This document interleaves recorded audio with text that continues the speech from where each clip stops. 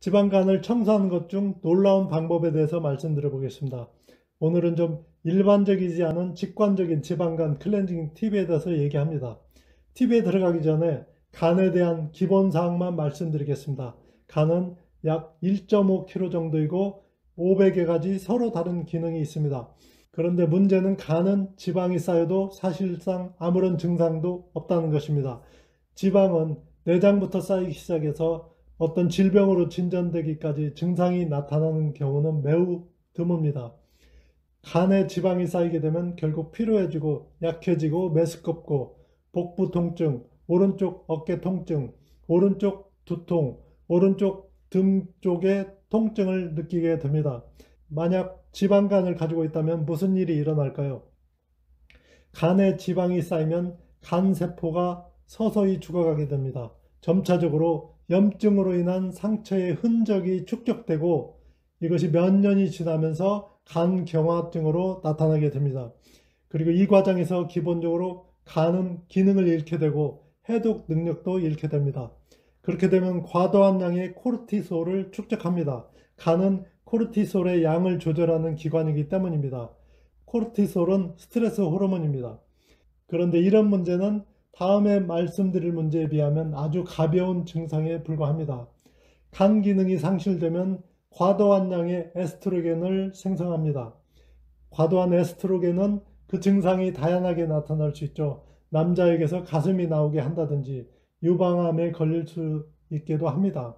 따라서 간의 해독 기능과 이 두 가지 호르몬, 코르티솔과 에스트로겐을 조절하는 기능은 정말 중요합니다.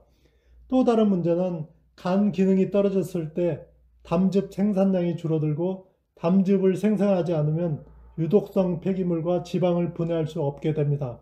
비타민 A, D, E, K, 오메가3 지방산을 사실 흡수할 수 없게 된다는 것입니다.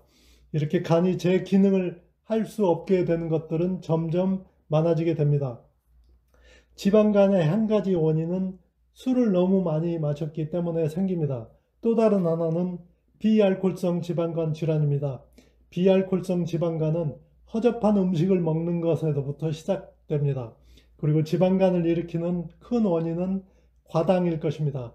음료수와 음식에 들어있는 고과당 옥수수 시럽은 다른 설탕에 비해 지방간을 일으킬 확률이 20배가 높습니다. 인구의 25%가 비알코올성 지방간 질환을 앓고 있습니다. 과체중이 아닌 배가 나오지 않은 마른 사람은 지방간 원인 사망률이 2배가 된다고 합니다.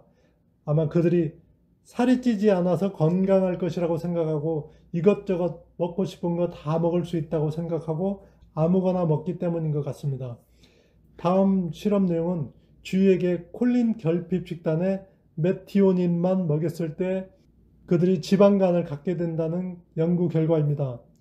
살이 찌지 않아요. 인슐린 저항성이 생기지 않아 당뇨병이 발생하지 않고 그냥 지방간만 생긴다는 것입니다. 메티오닌은 아미노산입니다. 메티오닌은 전구체로서 몸에 매우 강력한 항산화 물질입니다.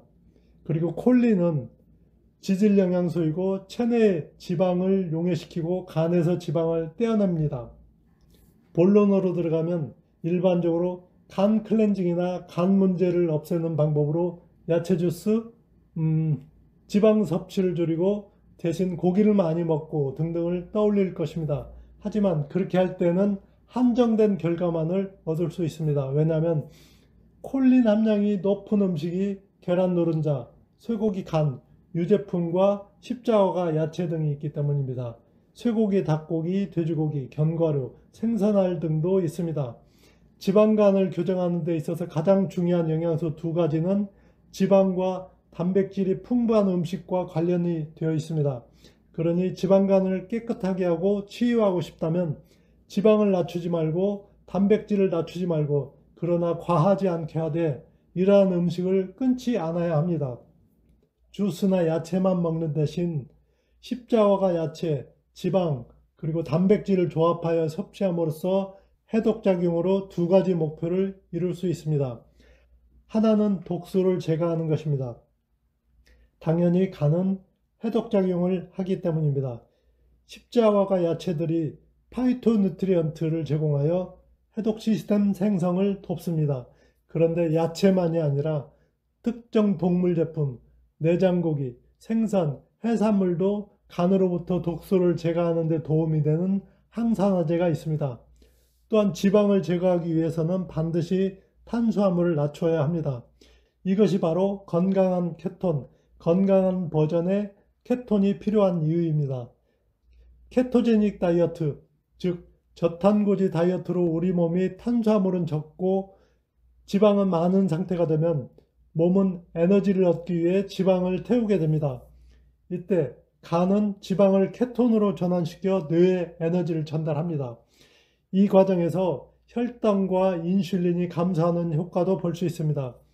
간헐적 단식은 몸이 글리코겐 비축량을 다 쓰게 하고 지방을 빼기 때문입니다.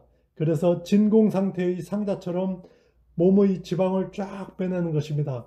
그리고 그게 바로 간에서 지방을 고갈시키기 위해 필요한 것입니다. 또한 콜린을 보충 섭취할 것을 제안합니다. 단백질에서 메티오닌을 얻을 수 있습니다. 콜린은 지방을 녹이기 시작하고 그 진행 속도를 높일 수 있습니다. 물론 십자화가 야채를 추가할 수 있습니다. 이때는 살짝 데치거나 쪄서 요리하면 더 많은 필수 영양소를 방출하게 할 수 있습니다. 달걀은 고급 콜린 단백질을 위해 필수 식품입니다. 세븐일레븐과 같은 편의점에서 이런 것들을 구하지 마시고 좋은 품질로 구할 것을 권유합니다. 끝으로 정말 중요한 점은 간을 깨끗하게 하려고 할 때 특히 지방간인데 저지방 다이어트 하면 해독을 도울 충분한 담즙이 부족하게 됩니다. 담즙의 기능 중 하나는 해독입니다.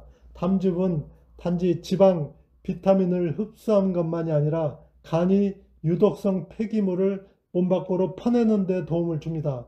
그리고 포화지방은 더 많은 담즙을 생성하는 방아쇠가 됩니다. 그래서 콜린 성분이 많은 계란 노른자를 꾸준히 드시는 것이 좋습니다.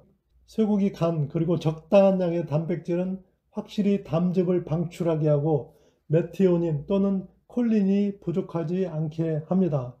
지금까지 내용이 마음에 드신다면 구독, 좋아요, 그리고 알림종 버튼을 눌러주세요. 감사합니다.